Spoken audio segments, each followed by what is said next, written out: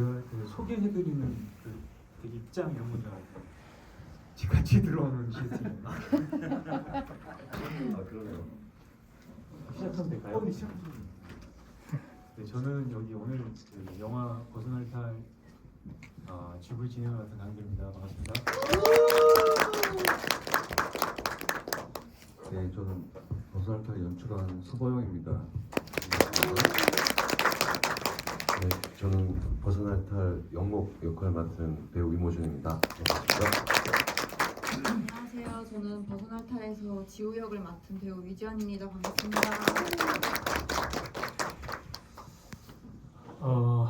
제가 이 오늘 GV 모더레이터를 이모준 배우께서 부탁을 하셔가지고 영화도 안 본 상태에서 수락을 하고 스크리너를 받아서 봤어요. 그리고 한 10분 동안 후회를 하다가 영화를 다 보고 나서 의외로 할 얘기가 많은 영화라서 이 1시간이 힘들진 않을 것 같다라는 생각으로 영화를 2번, 3번 보는데 생각보다 영화 너무 재밌고 또 웃기기까지 하는 부분들도 너무 많아서 오늘 길이 되게 기대가 됐습니다. 저는 이 영화를 뭐라고 정의 내릴 수는 없지만 어떤 그 유치한 질문이나 1차원적인 질문을 해도 이렇게 품어줄 수 있고 어떤 자애로운 할아버지처럼 그렇게 받아줄 수 있는 최소한 이 영화는 그런 영화라고 생각이 들어요. 그러니까 저랑 같이 아주 오늘 그 궁금한 것들 다 이렇게 얘기해 주시고 또 머릿속에 정리가 안 되더라도 질문이 그냥 얘기해 주시면 같이 정리하면서 얘기해 보면 좋을 것 같습니다. 네. 먼저 이 영화가 제가 2021년 부산 영화제였나요? 그때 저도 초록밤이라는 영화로 부산에 함께 감독님이랑 있었는데 2년 반 정도 시간이 흘러서 이제 개봉을 하게 됐어요. 그때 같이 상영했던 한국 영화들은 대부분이 다 개봉을 했고 이제 뒤늦게 개봉을 하시게 됐는데 개봉 소감이 좀 궁금하다면.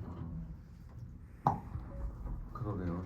2001년도에 부산영화제에 소개된 영화는 제가 알기로 거의 다 개봉이 됐고 벗어날 탈이 끝물 거의 마지막 인 것 같은데 우리 영화진흥위원회에 개봉 지원금이라는 게 있거든요. 그게 정말 개봉하는데 정말 중요한데 그걸 3년 동안 신청을 했는데 못 받았어요. 결국. 그래서 어쨌든 좋은 배급사를 만나가지고 우리가 지원금이 없는데도 일단 개봉을 하겠다라고 해주셔가지고 전 너무 좋고 그래서 너무 감격스럽네요. 네, 어쨌든 선정돼서 이렇게 관객분들 만나뵈는 자리가 저는 너무 감사하고 너무 소중한 자리였다는 생각이 듭니다. 이모준 배우님도 물론 개봉을 많이 하셨지만 이 영화가 또 좀 남다르고 특별한 의미가 있을 것 같은데 어떠세요? 개봉 소감이? 믿으실지는 모르겠지만 개봉할 수 있게 해달라고 108배를 좀 많이 했었어요. 진심으로. 네. 형님한테도 감독님한테도 그냥 108배 좀 하세요 이렇게 좀 권유를 드렸고 근데 역시 간절하면 이루어진다고 또 신의 소파 배급사에서 또 선뜻 해주겠다라고 하셔가지고 너무 감격이었고 그냥 이 자리에 이렇게 있는 것만으로도 너무 진짜 눈물이 날 것 같습니다. 위지연 배우님도 이 영화가 개봉하시게 된 첫 영화이시죠? 네, 맞습니다. 그러면은 이 개봉 과정부터 같이 옆에서 보셨을 텐데 이게 관객분들은 그냥 영화 개봉하면 그냥 개봉하는구나 하지만 사실 내부에서 보면 별의별 일들이 다 있고 쉽지 않은 과정이잖아요. 그리고 개봉하고도 지금 되게 많은 GV들 하시고 계신데 개봉 소감이 궁금합니다. 일단은 벗어날 탈 개봉을 3년 만에 하게 돼서 저는 아침에 개봉 한다는 그 배급사한 분들의 전화를 받고 정말 놀랐어요. 그냥 거의 뭐 로또 당첨된 느낌이었고 그 기쁨은 어떻게 설명이 안 되고요. 그 이후로 이제 착착 진행이 돼서 오늘 한 8번째 GV인가요? 네. 계속 연달아서 개봉 첫 주에 이어서 계속 하고 있는데 할 때마다 진짜 감사한 마음으로 하고 있어요. 뭐 상업 영화에서도 물론 관객과의 만남 시간은 있지만 사실 이렇게 대화할 수 있는 시간은 많지 않잖아요. 그래서 이렇게 남은 GV 시간도 관객분들과 함께 같이 뭐 영화에 대한 얘기를 나눌 수 있는 이 시간들이 되게 감사하다고 생각하면서 열심히 하루하루 재밌게 잘 보내고 있습니다. 오늘도 찾아와 주셔서 감사합니다. 여러 번 보신 분들 많으시죠? 좀 이렇게 내 GV마다 눈에 익으신 관객분들 많으신데 좀 이렇게 GV를 반복하다 보면 뭔가 좀 같은 질문이라도 다르게 대답해야 될 것 같고 그런 부담감이 좀 있거든요. 앞에 앉아 있으면은. 그래서 저는 궁금했어요. 앞에 뭐 정재희 평론가님이나 이동진 평론가님이나 다들 그래도 영화에 좀 일가견이 있다. 영화 좀 안다 하시는 분들이 GV를 많이 했는데 어떤 질문들이 나오고 좀 공통적인 질문들이나 아니면은 되게 새로운 시각들이 있었는지 그런 것들 좀 궁금한데 어떠세요? 일단 이동준 평론가님하고 했던 GV가 저는 너무 기억이 많이 남는데 그분이 그런 질문을 하셨어요. 이 영화는 카메라가 언제 움직이고 언제 정지할 것인가가 뭐 움직임과 정지에 대한 영화잖아요. 어떻게 보면. 그래서 그거에 대한 질문을 하셨어요. 그래서 카메라가 언제 움직이고 언제 정지해야 됩니까? 막 이런 식으로 질문하셨는데 그 질문이 상당히 기억이 남네요. 그래서 그때 대답을 제대로 못했는데 이 영화가 처음으로 움직이기 시작하는 거는 거의 저는 환이라고 부르는 그 귀신 있죠. 그게 등장하기 바로 직전에 뒤에서 자선할 때 이렇게 카메라가 다가가잖아요. 그게 저는 거의 움직임의 시작처럼 느껴지거든요. 그거야말로 그러니까 그 전에도 움직임은 있지만 산책할 때 팔로잉하는 그 카메라의 움직임이 있긴 하지만 그때는 인물이 정지한 상태에서 카메라만 처음으로 움직이는 약간 비인칭적이고 어떤 그런 카메라의 움직임 혹은 누군가의 시선이 의식되는 그렇게 시작되는 느낌이 있거든요. 그래서 그런 말씀을 드렸던 것 같아요. 네네. 저는 그 영화를 처음부터 이렇게 보다가 아까 말씀드렸다시피 어렵다라는 그런 선입견을 가지고 이 영화를 시작했는데 그러다 보니까 뭔가 내가 이 영화를 이해하고 해석하기 위해선 단서를 모아야겠다는 생각에 처음에는 그래서 이 남자가 몇 번 절을 하지? 그런 생각하시는 분도 많으실 거예요. 그리고 잠시만 이 사람이 지금 저 머리 뒤에 벽지에 문양이 어떤 의미가 있나? 아파트를 내려오는데 라이프 301 좋아 뭔가 삶에 대한 이야기구만. 앞도 할머니가 지나가니까 좋아 삶과 죽음. 그럼 좋아 적어놓고 301은 뭐지? 이런 생각을 하면서 영화를 보다가 통화하는 장면이 나오잖아요 초반에. 너무 웃긴 거예요 그 대화가. 이불 얘기하고 잠은 자야 될 거 아니야? 그 대화에 너무 재밌다 싶어서 그때부터 쭉 보다가 맞아 지금 내가 단서 찾아야 되는데 이러면서 틀렸구나. 일단 영화를 끝까지 보고 다시 처음부터 시작하자라는 생각으로 쭉 봤는데 이게 뭔가 단서를 찾아서 마치 내가 지금 너무 방탈출하듯이 영화를 봤다라는 생각이 들면서 그런 영화가 아니었구나 이 영화는. 그런 생각이 들었거든요. 그러면서 되게 처음으로 궁금했던 질문을 해야겠다고 생각한 게 이 영화의 어떤 씨앗이랄까요? 감독님이 시작한 어디서 이 영화를 시작해야겠다, 만들어야겠다라는 생각을 하신 걸까? 그게 궁금했어요. 일단 신선한 질문이네요. 그렇죠. 근데 신선했나요? 아 정말? 그래도 마찬가지. 일단 이 영화는 탈 시리즈라고 제 단편 영화 중에 탈날탈이라고 있거든요. 그것과 더불어 탈날탈, 벗어날 탈, 그다음에 이를 탈까지 세 개를 만들려고 생각을 했었어요.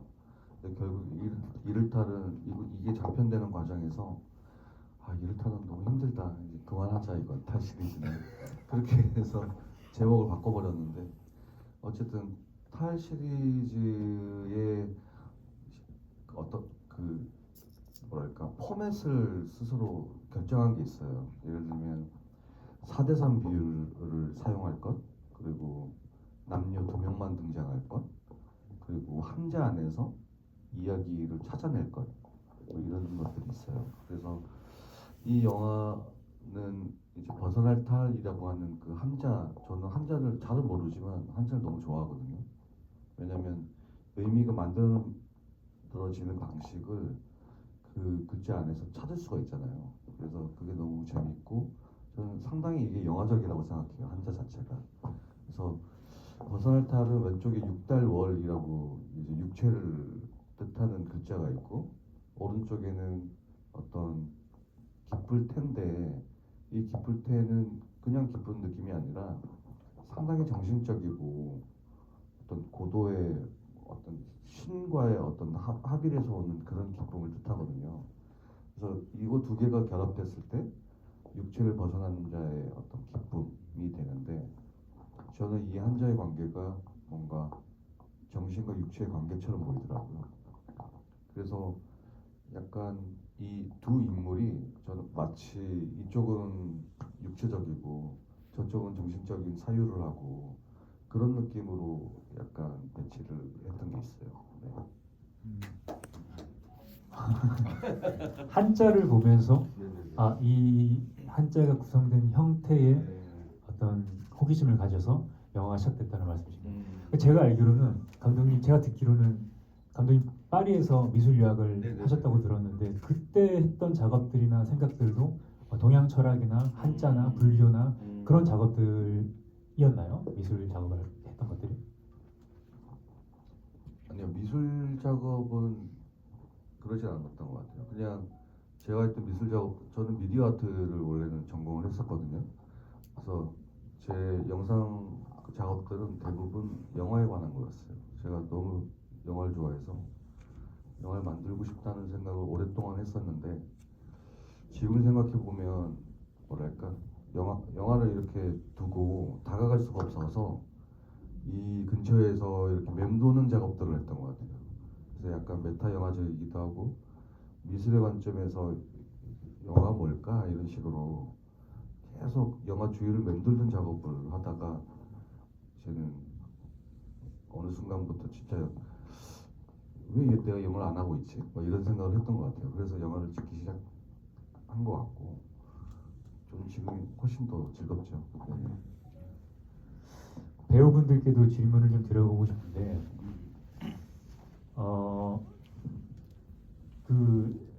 이 작업을 시작할 때 감독님을 먼저 만나셨나요? 글을 먼저 받으셨는지, 그리고 그 글을 받고 어쨌든 내 몸과 내 소리를 이용해서 연기를 해야 되는 입장에서 그 첫 인상이 궁금합니다.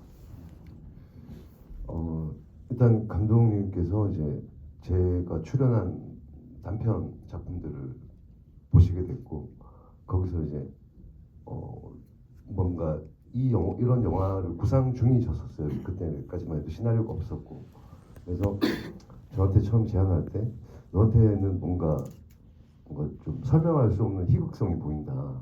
연기적인 측면에서도 그렇고 그래서 그 너의 어떤 그런 희극성으로 내가 지금 생각하는 영화가 어렵지 않게 다가갔으면 하는 바람이 있다. 뭐 그런 식으로 말씀을 하셨어요. 그래서 이제 영목 캐릭터에 대한 얘기를 들었었고 그리고 이제 뭐 저도 시나리오를 보지 않는 상태에서 너무 그 영목의 캐릭터가 저 개인적인 어떤 과거에 있었던 그 3년 정도 이제 제가 집에서 좀 집거를 한 적이 있었거든요. 그때 기억이 나면서 나라면 잘 설득력 있게 잘 소화할 수 있겠다라는 생각이 들어서 일단 하겠다고 했고 그 시나리오를 받았는데 50씬이었어요. 씬 자체가. 그래서 이걸 단편으로 찍는다고 원래 단편으로 기획을 하셨는데 그래서 이게 단편으로 될까 했는데 그 시나리오를 읽는 과정에서 정확히 뭐라고 말로 설명은 할 수 없는데 너무 좋았어요. 이렇게 내가 알 도리는 없지만 이 이야기가 뭘 얘기하는지는 정확히 잘 모르겠는데 그냥 이야기의 어떤 결 자체가 너무 좋았고 그래서 감독님한테 바로 전화드려서 감독님 저는 이거 뭘 얘기하는지 모르겠다고 근데 너무 좋다고 이렇게 말씀드리면서 서로 박장대소했던 기억도 있고요. 네 그렇습니다. 그렇게 이제 시작하게 되는 거죠. 네. 위전 배우. 저는 일단은 감독님이랑 처음 만났을 때는 감독님 그 감독전 보러 갔다가 처음 뵙게 됐고요. 그때 감독님이 저를 알고 계셔서 되게 놀랬어요. 저는 그때 주보영 배우 이제 감독님 영화 소에 나오는 주연 배우님의 초대로 그 자리에 가게 됐는데 그 소의 배우로 저를 생각하고 계셨다고 해서 전 개인적으로 엄청 놀랬고 그 이후에 만남을 갖게 됐고요. 감독님께서 탈 시리즈로 작품을 구상 중이다. 그래서 다음 한자는 벗어날 탈이 될 것 같은데 뭐 이런 얘기를 하다가 근데 그날 제가 빨간색의 검정 치마를 입고 나갔어요. 그래서 그게 이제 영화에서도 나오는 그 복장인데 저는 제가 좋아하는 옷을 입고 나갔는데 감독님께서 그걸 보시고 환을 떠올리실 거라고는 생각도 못했고요. 그때 촬영을 마치고 난 이후에 그 옷을 입지 않았어요. 뭔가 손이 잘 안 가더라고요. 영화 속에 남겨두고 싶은 그런 네, 마음. 뭐 그런 것도 겸사겸사 있긴 한데 그 이후로는 제가 그 좋아했던 옷인데 그 마음이 잘 가진 않더라고요. 아무튼 농담이고요. 그래서 그렇게 그 만남을 시작으로 해서 감독님과 그날 되게 이런저런 많은 얘기를 나눴어요. 뭐 당시에 제가 그 헤르만 헤세 시타르타라는 책을 굉장히 재밌게 읽고 있었고 개인적으로 깨달음에 대한 호기심도 엄청 강했을 때여서 그 마침 그 저한테 제안을 주셨던 내용도 그 깨달음을 다루는 영화라는 게 사실 너무나 새롭잖아요. 깨달음을 다루는 영화가 이제까지 나온 적도 없고 그게 과연 관객들한테 어떻게 전달될까도 굉장히 궁금하고 그래서 또 역할 자체도 지우가 영감을 찾는 작가 역할이다 보니까 저랑 굉장히 겹쳐지는 부분도 많을 거라는 생각이 들어서 그냥 영화 촬영하는 과정도 저도 배우로서 영감을 찾는 과정, 깨달음을 얻어가는 과정이라고 생각하고 참여하게 되었습니다. 깨달으셨나요? 일단은 볼 때마다 정말 매번 새로운 깨달음을 얻게 되는데요. 최근의 깨달음은 감독님의 그 단편전을 쫙 보고 그 다음에 벗어날 탈을 마지막으로 봤었던 날이 있었어요. 그래서 그 전까지는 뭔가 처음에 봤을 때는 그 영화에 대한 발견이라고 해야 되나? 그때 뭐 가편집부터 쭉쭉쭉 봤었는데 뭐 음악에 따라서도 다르고 또 편집 과정이 달라진 거에 따라서 영화가 다르게 와닿고 또 개봉하고 나서도 여러 번 영화를 봤을 때 영화에 대한 발견에서 그 다음부터는 저에 대한 발견, 그 지우에 대한 발견, 그 다음에는 이제 좀 점점 이제 시선이 확장이 돼서 거의 마지막 종결은 서부영 감독님으로 남더라고요. 그래서 단편전부터 쭉 보니까 감독님이 이런 부분을 좋아하시는구나, 이런 것들이 벗어날 달에 다 들어가 있구나, 이런 것도 보이고 또 감독님이 보여주고 싶어 하는 것, 또 감독님이 어떤 사람이라는 게 딱 캐릭터로 보여지더라고요. 그래서 뭔가 감독님과 좀 더 가까워진 느낌을 최근엔 받았습니다. 네. 그 같은 맥락에서 그 호진 배우님도 뭔가 그 촬영할 때의 배우로서의 그 어떤 기억과 느낌과 그런 것과 영화가 완성되고 관객으로서 이 영화를 봤을 때의 느낌, 해석이 좀 달랐을 것 같은데 그 어떠세요? 예, 저도 지금 수십 번 보고 있고요. 왜냐면 감독님이 가편집 단계부터 시작해서 계속 공유를 해주셨거든요. 그래서 그 발전되는 과정들을 계속 봐왔었고, 수십 번 보면서 정말 볼 때마다 새로운 것들이 발견되는 것들이 있는 것 같아요. 근데 그조차도 또 말로 설명할 수 없는 것들이기도 하고 어쨌든 제가 촬영에 또 임할 때 이제 배우로서 어떤 임하는 부분에 있어서도 좀 특이한 체험을 했는데 정말 많은 사전에 프리 단계에서 감독님하고 신발신으로 그 컷의 어떤 그 담겨 있는 의미들을 다 여쭤봤고 거기 다 설명을 해주셨고 거기에서 이제 그렇다면 그런 의도와 의미가 담긴 장면이라면 저는 제가 생각했을 때 영몽은 이런 방향으로 연기를 할 것 같다라고 이제 계속 소통을 했었지만 막상 촬영 날이 다가왔을 때는 내가 영목처럼 마음을 비우고 가야 되겠다는 생각이 딱 들더라고요. 그래서 그 전에 감독님과 소통했던 이 모든 이야기들을 다 최대한 잊으려고 노력을 했었고 그거에 대한 강박을 버리려고 노력을 했었고요. 근데 이제 그렇게 할 수 있었던 건 또 대사가 없는 영화였기 때문에 거의 그래서 또 그렇게 마음을 비우고 정말 아무 생각 없이 참여하려고 했었어요. 네, 최대한. 그 얘기를 들어보니까 그 아까 지원 배우님께서 입고 오셨던 의상을 보고 뭔가를 떠올려서 영화에 활용하셨다라고 말씀을 하셨는데 그런 작업 방식이라면 그것 말고도 배우가 가진 뭐 소품, 아이디어 뭐 여러 가지들을 활용한 데도 있으실 것 같은데 어떤 게 있나요? 일단 제가 미술 전공해서 저는 영화를 상당히 미술적인 느낌으로 이제 미술 프로세스처럼 접근을 하는 게 있어요. 그래서 이번 영화 같은 경우도 아까 그 한자로부터 이야기가 출발한다고 했고 그리고 제가 불교에 관심이 많아가지고 그중에 이렇게 수련을 한 적이 있는데 그때 어떤 되게 오묘한 어떤 견성 체험이라고 하거든요. 그걸 순간적으로 한 적이 있는데 그때 그 느낌을 되게 시각화하고 싶다는 생각을 많이 했어요. 근데 형식을 찾지 못했는데 그 불이법 영어 제목이기도 한 하나도 아니고 둘도 아니다라고 하는 그게 불교에서는 이 분별이 사라진 어떤 그 자리를 얘기하거든요. 근데 그걸 이제 영화 형식으로 가지고 오겠다라고 하는 아이디어까지만 처음에 가지고 있고 일단은 캐스팅을 하기 시작한 거예요. 그래서 이제 위지원 배우를 처음 만났을 때 그 옷을 보고 너무 충격을 받아가지고 저는 되게 무서웠거든요. 영화 속에 나온 그 옷인가요? 네, 딱 그 옷. 아. 그래서 환이란 캐릭터를 등장시켜야겠다. 이런 식으로 그리고 지원 배우랑 얘기를 하는데 너는 어떤 음식을 만들 줄 있어? 했더니 삼계탕을 만들 줄 안다는 거예요. 그래서 남자는 겨울에 있고 여자는 여름에 있어야겠다. 그리고 초여름 삼계탕 먹기 좋은 딱 그 즈음에 있으면 좋겠다. 그래서 삼계탕 장면도 나왔던 거고 그리고 해변의 사나이라고 하는 그 사진 있죠. 그것도 지연 배우가 칸에 갔을 때 니스에서 실제로 찍은 사진이에요. 그런 식으로 사실 이 영화를 찍기 위해서 되게 많은 만남이 있었어요. 그러니까 그 성룡 배우라고 이 검은 옷을 연기하신 분 있죠. 그분도 이제 호준 배우한테 소개를 받았는데 그분이 실제로 자기 집이 폭발을 해가지고 전신 화상을 입고 거의 죽음 직전에서 진짜 살아난 그래서 별명이 불사신이라는 별명을 가지고 있는 분이시거든요.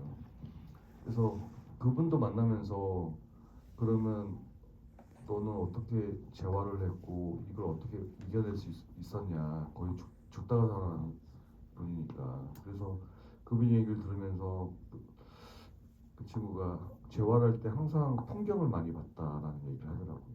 아주 오랫동안 어떤 풍경을 바라봤다라는 얘기를 해서 그게 또 영화 속으로 들어오기도 하고 그리고 애니메이션 극중 애니메이션은 손성경 작가라고 그 현대미술 하시는 분이 계신데 그분을 만났을 때 들은 얘기는 그분이 원래는 동양화를 전공하셨대요.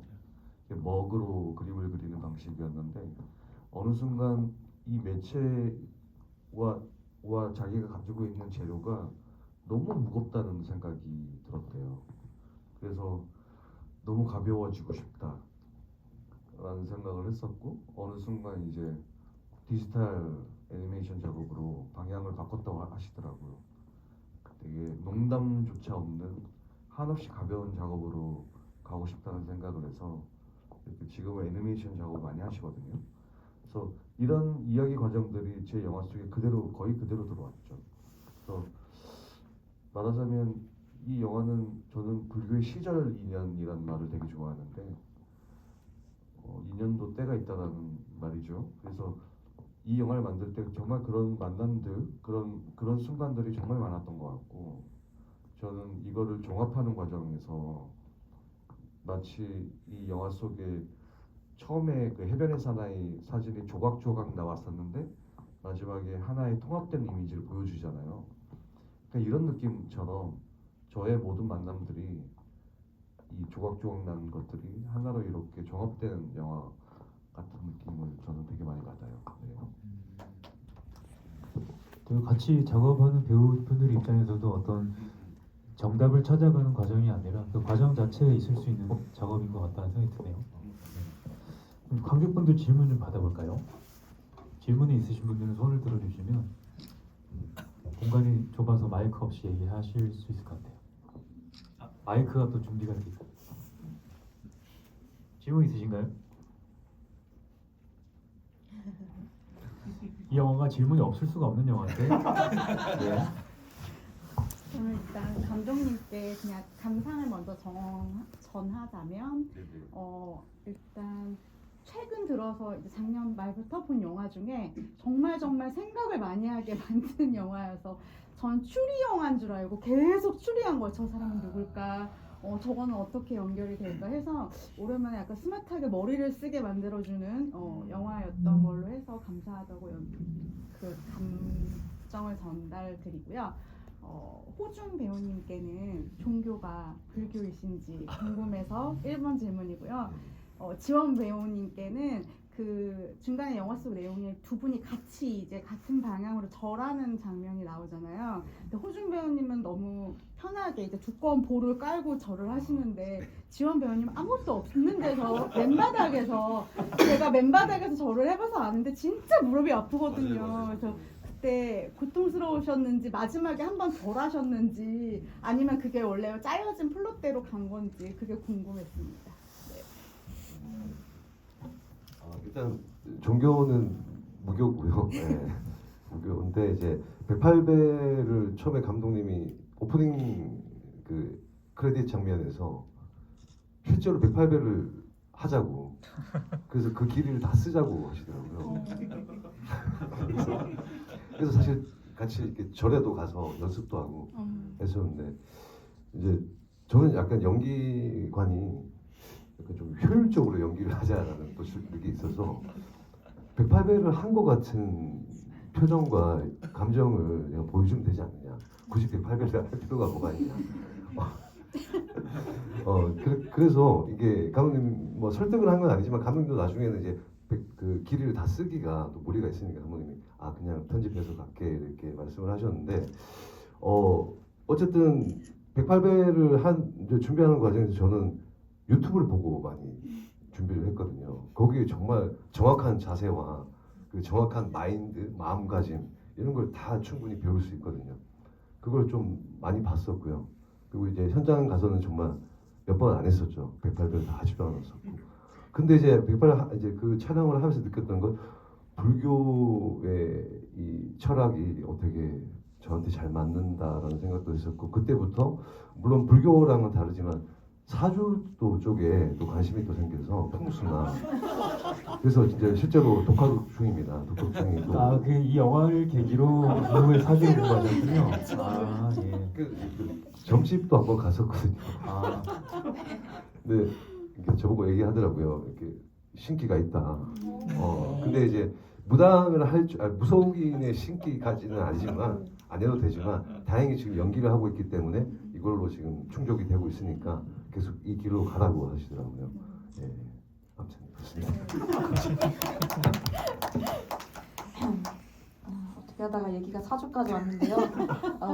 일단은 이제 궁금하신 부분에 대해서 말씀을 드리자면 일단 그 108배 장면을 촬영하는 날에 저희 카메라가 고장이 났었어요. 그래서 원래 그 108배 장면은 낮에 촬영을 하기로 했었는데 어쩔 수 없이 이제 카메라를 구해서 오고 또 그것마저도 고장이 나고 이제 스태프들이나 배우들이나 전부 집중을 할 수밖에 없는 그런 하루였고요. 그 시간 동안에 이제 108배를 해야 되는 상황이고 하다 보니까 집중력이 엄청 좋았던 것 같아요. 그래서 사실 뭐 그때 무릎 보호대를 했는지 안 했는지 기억도 사실 안 날 정도로 그냥 해야 되는 거를 열심히 그냥 맞춰야 된다는 생각으로 했던 것 같고요. 그래서 저는 맨바닥에서 했지만 뭐 귀신이 방석 깔고 자기 몸 챙기면서 할 그거는 아니더라고요. 저도 솔직히 깔고 싶었죠. 깔고 싶었는데 그거는 뭐 어쩔 수 없는 부분이고 또 귀신이다 보니까 뭐 나중에 뭐 어떤 관객분께서는 뭐 되게 뭐 2배속 한 건 아니냐 절 속도가 빨라서 했는데 또 그것도 아니고요. 그냥 그때 어떤 초인적인 힘이 나왔던 것 같아요. 그래서 무릎이 뭐 까지든 말든 뭐 일단은 이 장면을 찍어야 된다라는 생각으로 열심히 임했었습니다. 저도 2배속 한 줄 알았어요, 진짜로.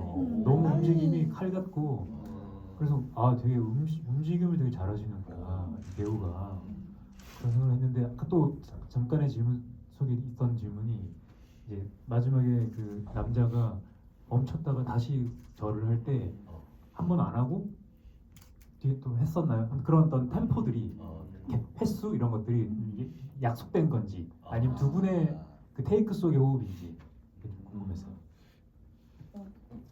그거는 테이크 속의 호흡이었던 것 같아요. 제가 따로 환을 연기할 때 그때 당시에 뭐 몇 번을 하고 언제 멈추자 이런 해도 없었고요.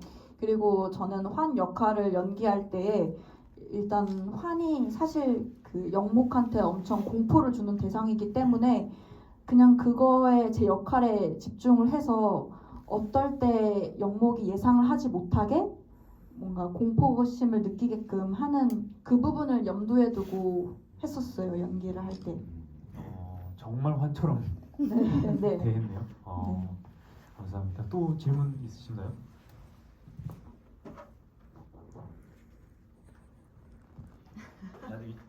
여기까지 질문이 와 있는 게 보이는데 이렇게 선뜻 이제 손을 못 드시는 것 같은데. 저희 영화가 정답이 없는 영화고 저희도 정답을 대답할 수 없는 영화라고 생각하기 때문에 부담 갖지 마시고 편하게 해주시면 감사하겠습니다. 정말 사소한 것들도 물어볼까요? 저는 좀 생각나는 게 드셨나요? 이거? 아니죠? 그 아까 처음 제가 말씀드렸던 아파트에 라이프라고 쓰여 있던 게 마지막에 여자가 올라갈 때는 없었어. 다른 아파트인지 아니면 있는 걸 지운 건지 아니면 없는데 쓴 건지 그건 궁금했어요. 저는. 있는데 지운 거죠. 그리고 그걸 지울 수밖에 없었던 이유는 이렇게 영목이 처음에 산책하러 이렇게 내려올 때 거의 영화의 첫 장면 그 초반쯤에 거기 2개의 묶인 나무가 있잖아요. 이게 들 입자 형태로 있는 건데 그걸 저는 저희 아파트에서 찍었기 때문에 제가 산책하는 코스 그대로 찍었거든요. 근데 그게 그 2개의 묶인 나무가 너무 눈에 들어왔고 이게 지금 이 영화의 어떤 구조 2개의 그 남녀의 두 이야기가 서로 이렇게 어떤 상호 보완적인 관계 속에서 묶여 있는 듯한 그 형상을 그 나무가 가지고 있다는 생각이 들어서 그거를 찍었는데 겨울에는 그렇게 찍고 여름에 똑같은 앵글로 그거를 또 찍으려고 했는데 그때는 나무가 없는 거예요. 그동안 그냥 그걸 잘라버렸나 봐요. 그래서 저는 그게 너무 예뻤는데 그게 잘려 있으니까 나무가 사라져 버렸구나. 그러면서 제가 자연스럽게 불교의 15도라고 동자가 소를 쫓아가는 내용의 10가지 챕터를 가진 이야기가 있거든요. 거기서 인우구망이라는 챕터가 있어요. 결국 소도 동자도 없다 이런 식으로 하는 거의 마지막 챕터가 있는데 이 구절이 딱 없어진 나무를 보니까 생각이 나더라고요. 그래서 그래서 이제 그러면 라이프도 없애야겠다라는 생각이 들어서 그 다음에 올라가는 장면에서 라이프도 보이지 않게 이제 CG를 한 거죠. 네. 그 나무가 되게 뭔가 의도된 듯 그러니까 사실 이 영화의 모든 컷에는 의미나 의도가 있는 것 같은데 이건 뭐다라고 뭔가 구체화해서 이야기하고 싶지는 않고 뭔가 자연스럽게 다 뭔가를 의미하고 있다. 가령 앞에 그 할머니가 지나갔다면 마지막에는 젊은 남자가 자전거를 타고 끌고 지나가죠. 그런 것들부터 그리고 여자가 물에 젖은 컷 이후에 남자가 또 물에서 어프 하면서 나온다든지 그리고 그 여자가 삶는 삼계탕에 목에 잘려 있고 그 가부좌를 그 자성을 하고 있는 그 남자의 모습을 형상하고 있다든지 그 잘린 부처의 얼굴이 처음부터 등장하잖아요. 남자의 책상에서 그런 것들이 다 이렇게 저렇게 이어져 있고 매 컷 하나하나가 다 의미가 있고 그 어떤 의도가 있지만 이 영화는 관객에게 어떤 이 영화는 이런 영화야라고 강요하진 않는 듯한 느낌이 들어서 약간 이게 뭔가 컷컷 씹고 뜯고 그런 느낌 맛보고 즐길 수 있는 그런 영화였다는 생각이 들어요. 그래서 이게 뭔가 많은 은유들이 펼쳐져 있는 그런 영화라고 생각이 들거든요. 저는 되게 사소한 것들에 질문이 생겼었어요. 가령 뭐 이게 그 잠을 깨기 위해서 그 고무줄을 튕길 때 아프진 않았을까? 호준이 형 아팠을 텐데 이런 생각도 들고 아까 또 지원 배우님 무릎 그 걱정을 하면서도 저는 진짜 움직임이 좋다. 그래서 처음에 발만 등장할 때 뒤에 발로 따라오는 장면에서도 발만 봐도 되게 움직임을 잘하는 사람 같다라는 생각이 들어서 개인적으로 그 움직임이나 어떤 뭐 그런 쪽으로 관심이 있으신지 이런 질문 좀 하고 싶었는데. 일단은 그런 움직임 같은 경우에는 제가 연기를 처음 시작을 먼저 했지만 모델로도 일을 했었어요. 뷰티 촬영 같은 경우에는 카메라가 엄청 타이트하게 잡기 때문에 손이나 뭐 얼굴의 각도에 따라서도 제 얼굴이 되게 예쁘게 보일 때도 있지만 못생겨 보일 때도 있고 그런 거를 계속 염두에 두고 일을 하다 보니까 그게 자연스럽게 몸에 밴 것 같아요. 그래서 발을 찍을 때도 마찬가지고 108배를 자세를 찍을 때도 마찬가지고 그냥 카메라에 어떻게 보이겠다 이런 부분들이 그냥 자연스럽게 됐던 것 같아요. 그래서 사실 환 역할을 했을 때 움직임에 대한 그런 어려운 부분이나 이런 거는 사실 없었어요. 그래서 굉장히 예상치 못했던 부분에서 저는 약간 무용이나 이런 게 굉장히 도움이 많이 될 거라고 생각했는데 뷰티 모델을 한 게 여기서 이렇게 도움이 되는구나 생각은 또 이번 영화 촬영을 통해서 처음 깨달았습니다. 네. 그 움직임이 되게 도움이 정말 보는 입장에서는 확 그 환이라는 캐릭터에 몰입할 수 있는 좀 기대함이 은근슬쩍 있어야 하잖아요. 모르겠어요. 그렇게 연기를 하셔서 그렇게 생각한 건지 모르겠지만 그 부분이 되게 묘했어요. 또 얼굴도 이렇게 블러 처리가 되어서 나오는데 되게 이건 어떤 그 제가 가끔 꿈을 꿀 때 뭔가 그 뚜렷하지 않은 형상, 얼굴을 보고 싶은데 볼 수 없는 그런 느낌? 그런 느낌이 시각화된 건 아닐까? 이런 생각이 드는 감상이었습니다. 또 뭐 질문 있으실까요? 네. 엉뚱한 질문일 수 있는데 저는 벗어날 때 보면서 화면이 딱 4:3 그걸 보면서 뭔가 되게 답답하면서도 되게 집중되는 느낌을 되게 가졌었거든요. 근데 이전 전작 때 그 소시라는 작품을 제가 워낙 감명 깊게 봤는데 그때도 그 주보영 배우님 얼굴에 약간 반 잘리듯이 클로즈업된 장면이 있었고 이번 장면에서도 그런 장면이 있었던 걸로 기억을 해요. 그래서 감독님께서 그런 장면을 주로 사용하시는 의도가 있으신지 조금 궁금했고요.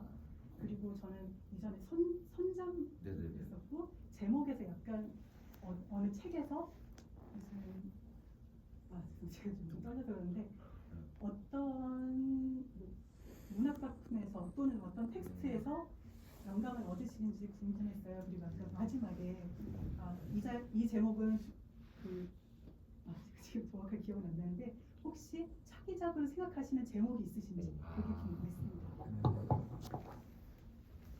일단 4대 3에 대한 이야기를 말씀드리자면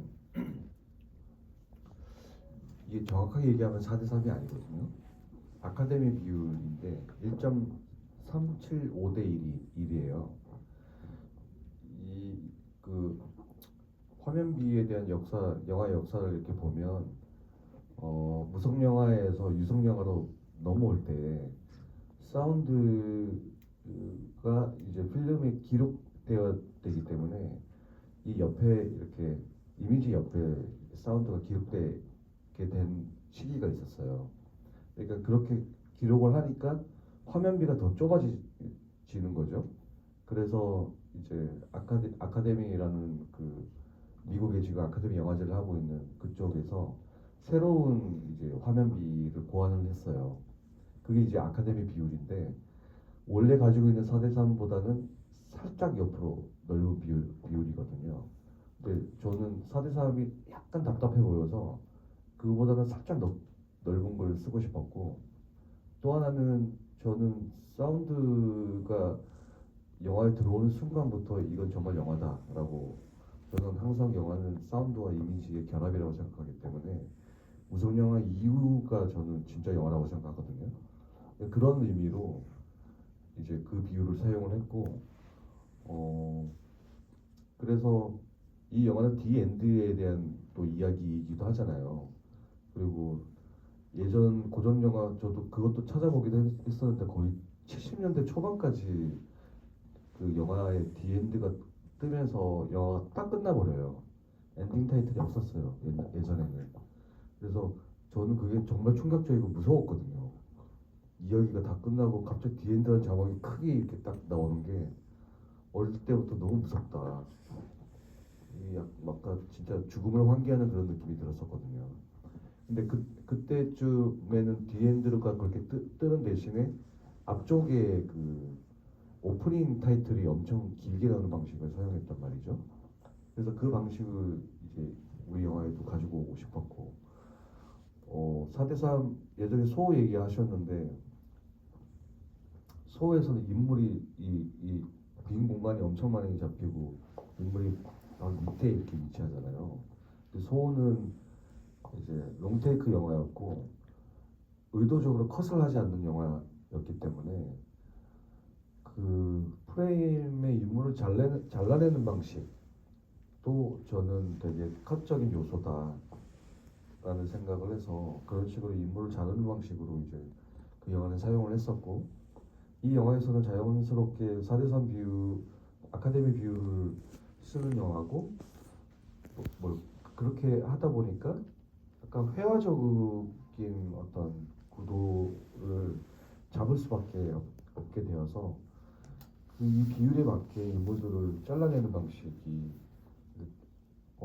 적절하다라는 생각을 했던 것 같아요. 또 질문이 뭐였죠? 차기자. 다음 네네네. 혹시 다음도 한자 아니요. 이제 한자는 이제 그만할 거고요. 한자는 그만할 거고. 그 선점이라는 영화의 레퍼런스는 아마 그 신탁의 밤이라는 거였던 것 같은데, 저는 그런 문학적이가 이 영화에서도 어두운 삼성글의 거리가 나오죠. 이런 식으로 문학에서 레퍼런스를 가지고 오는 방식을 저는 되게 좋아해요. 그랬고 다음 차기작 제목은 뭐 어떤 영화가 될지 모르겠지만 일단 써놓은 거는 유령은 부드러워라는 제목의 영화가 있었는데, 그러니까 이를탈로 정하고 시나리오를 썼는데 탈은 그만하고 싶다. 그래서 제목을 유령은 부드러워라고 바꾼 게 있고요. 그 시나리오가 있는데 그거는 영화 될지 모르겠고, 곧 찍고 싶은 영화의 제목은 그는 왜 문고리를 돌리고 싶은 충동에 사로잡혔나. 뭐 이런 제목만 봐도 일단 철학적이네요. 네네네. 그 약간 웃기는 정신분석 영화가 있는데, 그래서 그 충동에 휩싸인 남자가 정신분석을 받는 내용인데 그런 또 제목이 있습니다. 네. 감사합니다. 또 질문. 네.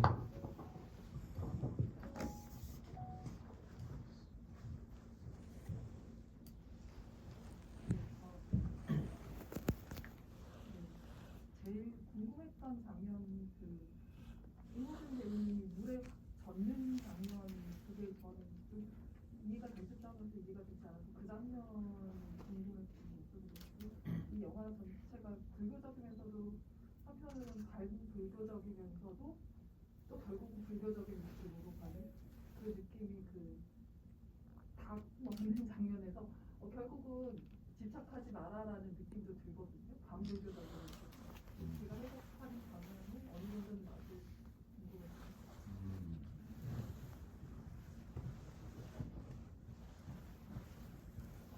일단 첫 번째 질문이 물 젓는 거요. 이 영화는 뭐랄까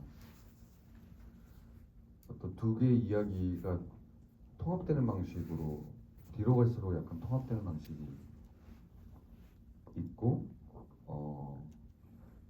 그것도 결정적으로 통합되는 어떤 시작의 느낌이었던 것 같거든요. 저는 그 공간을 초월해서 그러니까 같이 비를 맞는 느낌이잖아요. 그런 아마 시작 장면이었던 것 같아요. 그런 느낌의 시작 장면. 그리고 저는 이게 불교 영화이기도 하고 아니기도 하다라고 얘기를 하거든요. 진짜 불교법처럼 대답을 하거든요. 이거 불교 영화이기도 하고 아니기도 하다 이런 것처럼 얘기를 하는데 어떻게 보면 반불교적일 수도 있을 것 같아요. 왜냐하면 결국은 스스로 지켰던 무건수행을 하는데 스스로 지켰던 모든 계율을 스스로 깨버리는 순간들이 있잖아요. 그게 대표적으로 삼계탕을 먹고 있는 장면인데 그런 식으로 계율을 깨면서 결국은 깨달음 쪽으로 나아가는 느낌인데 어떻게 보면 반불교적으로 볼 수도 있지만 저는 이게 정말로 말하자면 부처님의 가르침은 이쪽이다라고 생각하거든요. 어떤 계율에 얽매이지 않고 어떤 분별이 사라져 있는 그 상태로 나아가는 것. 그러니까 영목의 문제는 저는 무에 집착했다라는 생각을 해요. 깨달음에 집착을 하고 깨달음을 마치 욕망의 관점으로 너무 얻고 싶은 어떤 대상으로 바라봤던 게 저는 이게 문제라고 생각하거든요. 근데 그게 이제 욕망조차 깨지는 순간들이 뒤로 갈수록 이제 생기는 거죠. 그래서 이제 진정한 어떤 통합으로 나아가는 느낌이 영화에 있는 거죠. 그게 깨지는 순간이 혹시 그 영목이 누워서 휴지를 잡고 있는 욕망에 움직이는 그 고통으로 표현된 자위 장면이라고 할까요? 그게 어떤 시작일 수도 있나요? 영화적 표현 속에서? 자위 장면이 사실 처음으로 계율을 깨는 장면이죠. 근데 이거는 의도적으로 깨는 거라기보다 삼계탕 먹는 장면은 진짜 의도적으로 깨는 느낌이 있는데 마스터베이션 장면은 왜 참고 이렇게 했는데 폭발하는 느낌이죠. 그럼에도 불구하고 혼자 그렇게 있는데 너무 얼마나 외롭겠어요. 그래서 자기가 통제하지 못하는 것들이 올라오는 느낌으로 표현을 한 거고 그게 되게 고통으로 표현이 되고 있죠.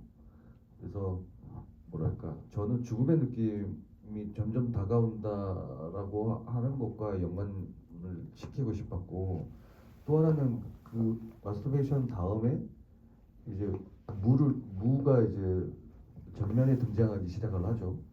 그리고 죽어가는 날개개미를 보는 장면도 있고 그래서 제 예전에 그 비디오 작업 중에 날개개미라는 작업이 있는데 그때 이제 날개개미가 어떤 존재인지 연구를 했었거든요.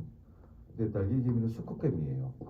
수컷개미고 일개미와 달리 날개개미의 역할은 뭐냐면 얘네들은 혼인 비행을 위해서 태어나는 존재예요.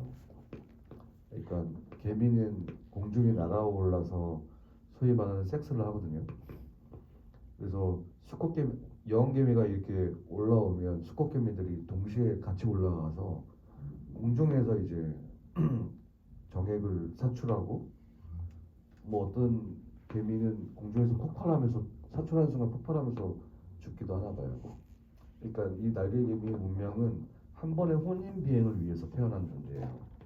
근데 그런 존재가 이제 겨울에 그것도 죽어가고 있다고 하는 그 장면이 있는데 그게 마치 그 직전에 마스터베이션한 죽어가고 있는 영목과 이렇게 이미지적으로 연결되는 지점이 있는 거죠. 네네. 또 질문 있으십니까? 네. 장소를 일부러 적어도 저는 사찰이나 숲 정도에서 뭐 깨달음이나 해탈이 뜰것 같았는데 여기 서울 한복판도 하는 것 같더라고요. 그래서 이게 약간 그래서 그 깨달음이라는 게 꼭 사찰이나 이런 데서 하는 게 아니고 결국 인간은 서로 어울려서 살아갈 수밖에 없어서 그걸 약간 모습적으로 도시에서 일부러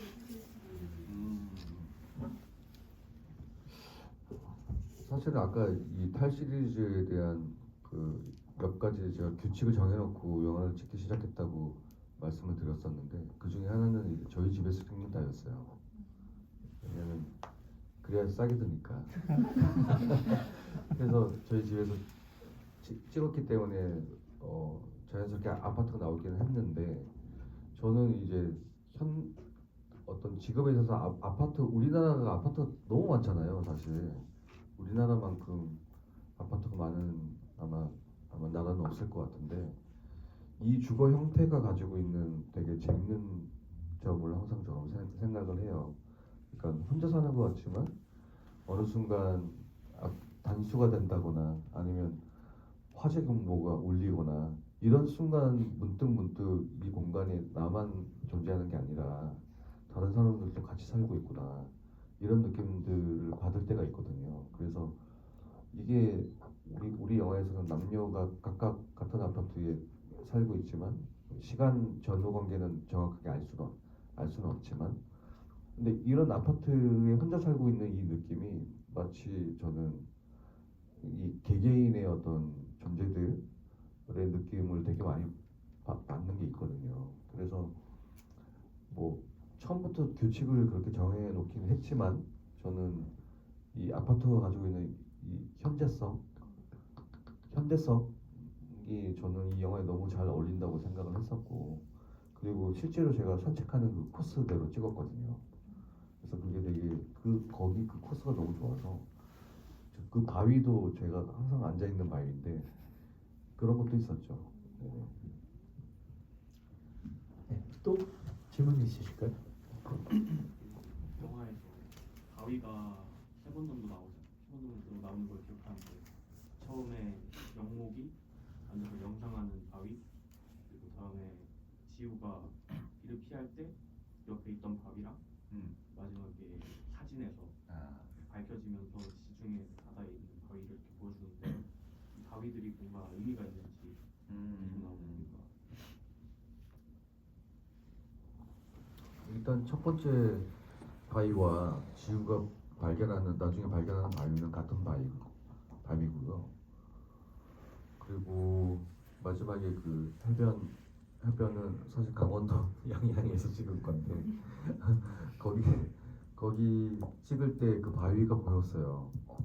그래서 저거 찍자 그래서 찍었는데 그게 이제 영화에 어떤 식으로 삼을 때쯤은 그때는 이제 찍을 당시에는 생각 못하고 일단은 바위 하니까 저 찍어야겠다라고 찍었거든요. 근데 불교에 그런 비유가 있거든요. 그 금강경이라는 아실지 모르겠지만 금강경의 뜻이 뭐냐면 천둥이 내리치는 그런 느낌의 이제 경이란 뜻이거든요. 그래서 뭐랄까 바위가 가지고 있는 단단함 같은 게 그 깨달음하고 저는 연결시킬 수 있다는 생각을 되게 많이 했었어요. 그래서 마지막에 파도가 치는데도 흔들려 없는 어떤 바위의 느낌이 있잖아요. 그래서 그걸 이제 깨달음의 비유하고 연결시키고 싶어서 마지막에는 파도 팍 치는데도 딱 굳건히 있는 그 바위를 보여준 거고 합정령의 바위는 사실은 이제 제가 자선하는 항상 거기 앉아 있는 바위이기 때문에 일단 가지고 오긴 했는데 불교적 비유로 이렇게 연결시키고 싶었던 거죠. 네.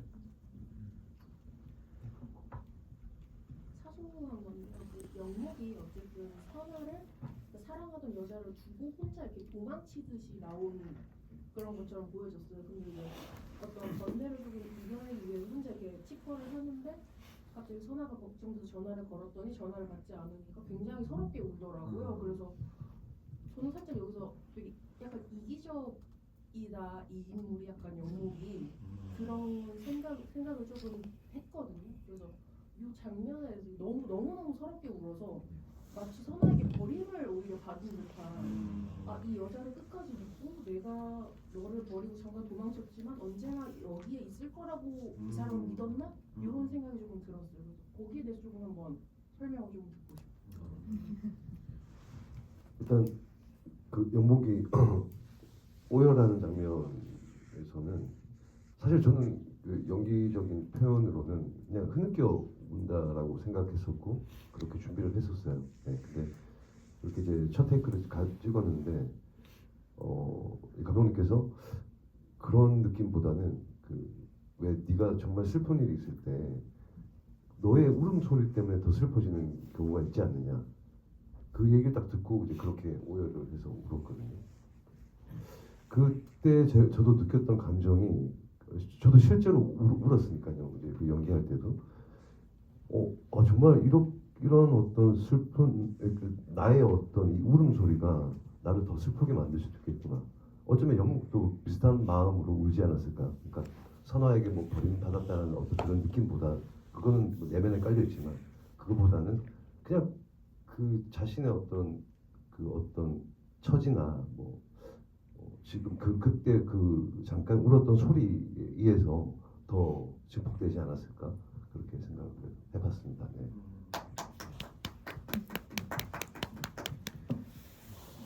제가 보충을 하자면 되게 좋은 해석인 것 같아요. 저도 충분히 영목이 선화를 많이 의식했구나 라는 생각이 들고, 얘가 사실은 선화 집에서 나와가지고 여자친구 집에서 얹혀 산 느낌이 들잖아요. 그래서 나와서 혼자 이상한 수련을 하고 있지만 결국 이것도 일종의 약간 인정투쟁? 그럼에도 불구하고 자기도 느끼지 못하는 어떤 인정투쟁의 느낌이 그래서 선아가 다시 전화해주기를 은근히 기다리고 있는 느낌이 있잖아요. 그런 게 있었을 거라는 생각이 들고, 마지막에 그 환이 등장하고 점점 무서워지면서 그때서야 진짜 이 선아의 존재에 대해서 선아가 완전히 나한테서 이제 없어져 버렸구나 라는 생각이 들고, 비로소 이제 진짜 나는 혼자다. 더 이상 나한테는 아무런 사람도 남아있지 않구나, 이런 느낌이 들면서 이제 그때 이제 오열을 하게 되는 거 같다는 생각도 드네요. 네네. 그 장면이, 저는 감독님이 그 이무준 배우에 대해서 느끼는 그 희극성이 굉장히 잘 버무려져서 다양한 그 생각이 들게끔 하는 장면으로 느껴져서 되게 좋았었어요. 두 배우분은 그러면은 그 환 빼고 남녀 인물이 이제 마지막에 딱 만나잖아요. 만나서 그 뭐라고 키스신이라고 해야 될까? 그런 이제 장면이 있잖아요. 무언가를 소통하는 듯한 그 장면, 어떻게 각자가 해석하고 합의하고 연기를 하셨나요?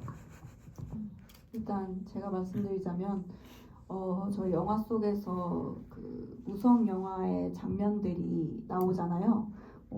주로 남녀의 키스신으로 예전에 흑백 영화들이 많이 끝났었는데 종결을 의미하는 그런 장면이었고, 일단 저희 영화를 봤을 때 사실 그 종결을 맺는 거를 사실 원치 않는 영화다라는 생각을 했었어요. 관객들의 해석에 맡기고 싶고, 지금도 어떠한 정답이 없다라고 늘 말씀드리고 있지만, 그래서 저희가 그 촬영을 할 당시에는 사실 그 키스신, 정말 그 중간에 나왔던 그 장면들처럼 키스신으로 하려고 했었어요. 근데 이제 생각을 해보니 그렇게 끝내는 건 아닌 것 같다. 영화와 잘 맞지 않다. 뭔가 키스신으로 저희가 끝나면 뭔가 만나지 말아야 될 사람들이 만나고, 뭔가 이게 사랑도 아니고 뭔가 좀 이상해질 것 같다라는 느낌이 들더라고요. 그리고 관계로서 봤을 때도 그리고 저희 영화가 사운드도 호흡이 굉장히 주되기 때문에 그 호흡으로서 뭔가 혼을 주고받는다는 느낌으로도 그런 엔딩을 찍었을 때 굉장히 좋다라는 생각이 들었고, 이게 결코 닿지 않잖아요. 그래서 이게 완전히 접촉했다라고 볼 수도 없고 완전히 만났다고 할 수 없는 그 부분들이 잘 표현됐다라고 저 개인적으로 생각이 들어서, 그래서 그날 감독님께 제안을 드렸습니다. 키스신 대신 이런 호흡으로 주고받는 건 어떨까요? 라고 해서 그 장면으로 바뀌게 되었습니다. 네. 실제로 소리를 소리를 실제로 음시로 녹음이 네, 들어가요. 근데 사실 그 의견을 바로 그 장면을 찍기 직전에 하셨는데 그 얼굴 표정이 키스하기 싫은 표정이었어요. 어떻게든 피해가려고 하는 이야기. 그래서 약간 논리를 만들었구나, 이렇게 진짜 완벽한 논리를 만들었구나, 이런 느낌이 조금 있었어요, 사실. 저도 사실 좀 그런 걸 좀 느꼈습니다. 느꼈고, 근데 이제 제가 이제 감독이 이제 집에서 찍다 보니까 이제 아파트 고층이다 보니까 저는 이제 흡연자거든요. 그래서 가끔 이제 촬영이 이제 쉬는 타임에 자꾸 내려갔다 오기가 너무 힘들어서 감독님하고 이제 합의 보고 그때는 그래서 이제 그 뭐지 화풍 그 가스레인지 위에 그 후드 화풍기 거기에서 이제 담배를 폈는데 그 모습을 많이 보셨어요. 그 물론 이제 저는 이제 당연히 키스를 안 해도 된다라고 들었기 때문에 뭐 크게 신경 안 썼죠. 준비를 많이 안 했었죠. 키스를 하기 위한 어떤 그런 준비가 필요 없다고 생각했었고, 그리고 제가 호흡을 내뿜는 게 아니기 때문에 그래서 이게 그랬었는데 죄송합니다. 어쨌든. 아무튼 이걸로 영목은 되게 이기적인 사람이라는 게 호흡을 내뿜지 않아서 준비를 안 했다라는 거는 정말 배우로서 저 잘 모르겠네요. 아무튼 뭐 아까도 말씀드렸지만 뭔가 상황 자체가 배우한테 되게 굉장히 초인적인 힘을 만들어주는 것 같아요. 그래서 저도 그날 어떻게든 사실 쥐어짰어요. 쥐어짜서 어떻게든 감독님을 잘 설득해 봐야겠다라고 해서 정말 좋은 엔딩이 나왔다고 생각을 합니다. 네, 모두 그렇게 말씀을 해주시죠.